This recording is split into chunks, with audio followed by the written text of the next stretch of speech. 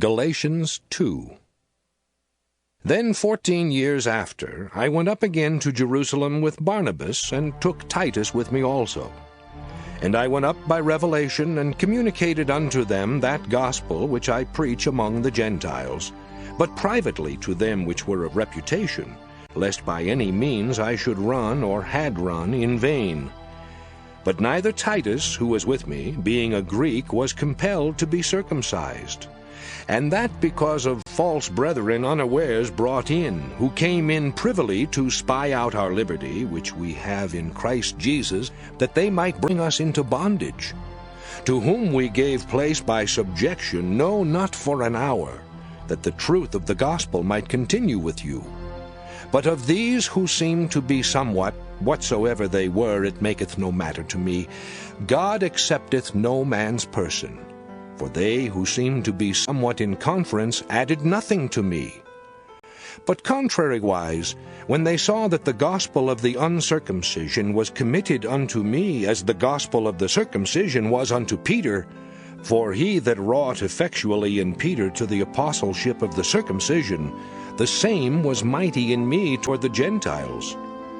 And when James, Cephas, and John, who seemed to be pillars, perceived the grace that was given unto me, they gave to me and Barnabas the right hands of fellowship, that we should go unto the heathen, and they unto the circumcision. Only they would that we should remember the poor, the same which I also was forward to do.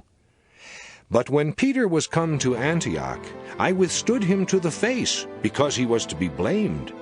For before that certain came from James, he did eat with the Gentiles. But when they were come, he withdrew and separated himself, fearing them which were of the circumcision. And the other Jews dissembled likewise with him, insomuch that Barnabas also was carried away with their dissimulation.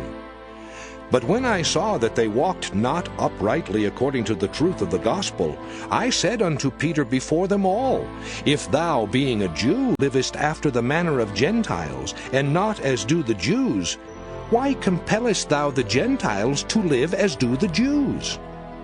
We who are Jews by nature, and not sinners of the Gentiles, knowing that a man is not justified by the works of the law, but by the faith of Jesus Christ, even we have believed in Jesus Christ, that we might be justified by the faith of Christ, and not by the works of the law.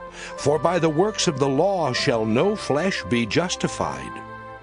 But if, while we seek to be justified by Christ, we ourselves also are found sinners, is therefore Christ the minister of sin? God forbid! For if I build again the things which I destroyed, I make myself a transgressor. For I through the law am dead to the law, that I might live unto God. I am crucified with Christ, nevertheless I live. Yet not I, but Christ liveth in me. And the life which I now live in the flesh, I live by the faith of the Son of God, who loved me and gave himself for me. I do not frustrate the grace of God.